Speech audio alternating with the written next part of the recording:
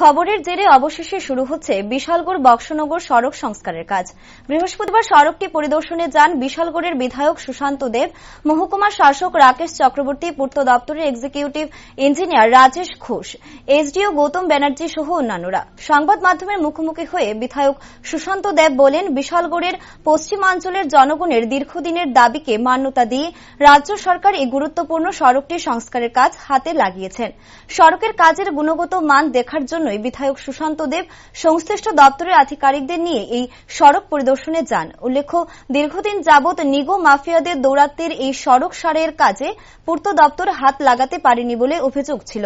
প্রায় 8 থেকে 10 বছর পর এই সড়ক সারের কাজ শুরু হওয়ায় স্বস্তির নিঃশ্বাস ফেলেছে এই রাস্তায় যাতায়াতকারী পথচারীরা। না, অ্যাকচুয়ালি আমরা সবাই জানি এই নিচের বাজারের এই রাস্তাটা, যেটা পশ্চিমাঞ্চলগামী রাস্তা, এটার দীর্ঘদিন যাবৎ সমস্যা ছিল। তো আমাদের সরকারের সঠিক দৃষ্টিভঙ্গিতে সহযোগিতায় এই রাস্তাটা টেন্ডার হয়েছে, ওয়ার্ক অর্ডারও হয়েছে। তো আজকে আমাদের এসডিএম সাহেব এবং পিডব্লিউডি ডিপার্টমেন্টের এক্সিকিউটিভ এসডিও আমরা এই রাস্তাটা ভিজিট করি এবং খুব তাড়াতাড়ি যেন রাস্তার কাজ সম্পন্ন হয় সেই লক্ষ্যে আমাদের আলাপ করে।